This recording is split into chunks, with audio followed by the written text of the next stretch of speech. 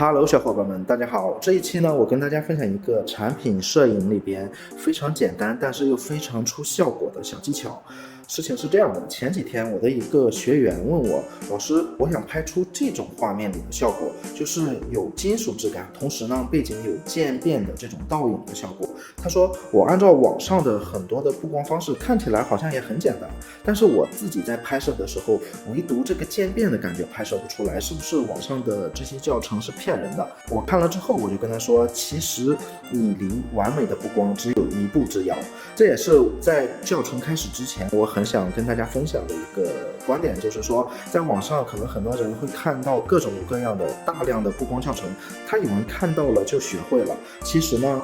在网上看到的其他摄影师的这种布光，跟你自己真正在影棚里去实操去拍摄，这个是有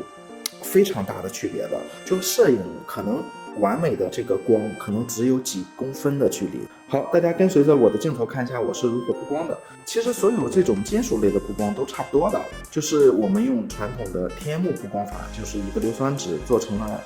柔光屏，然后我们给它倾斜大概35到45度吧。然后呢，我在被拍摄的产品周围，我去用白卡纸去给它包裹住，这样可以给它形成好看的反光。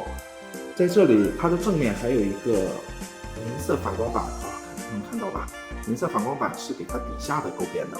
好，我们现在在后边呢，我就用了一个灯，然后我把灯罩是横过来，这样可以增大它的发光面积，拍摄出来的效果更均匀。我们就按此刻的效果，我们去拍一张，看一下是什么效果。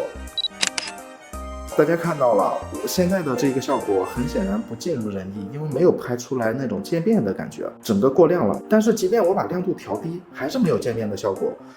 好，看到这里的小伙伴他可能会怀疑，是不是这个布光不行，还是说我需要增加其他的控光配件去达到这个效果？其实不然，在这里很多人其实犯了一个小错误。我做一个调整，大家看到我的调整之后，也许就会恍然大悟。哎呦我的妈！大家看到我现在的调整，看出来区别了吗？对，相比刚才的调整，我把这个灯的高度降了下来，然后呢，灯的角度也向下倾斜一点，这样呢，其实是可以避免灯芯直照的范围过大，这样整个画面都亮了。这样呢，我们其实可以利用一部分羽化光，可以把这个产品的过渡层次可以很好的展现出来。不过在这里我要提醒大家，要把灯的功率增大，不然亮度就没有保证了。其实看到这里，大家可能会明白，它的核心原理其实还是羽化光。如果对羽化光不是很了解的朋友，可以看过我往期的视频，我在羽化光的这一期很详细的去说明了羽化光的效果。相信看到这里的朋友已经学会了这一个小技巧，希望可以帮到你。那就记得帮我一键3连吧，你的支持对我的后面的创作非常有帮助。好了，视频就到这里，拜拜。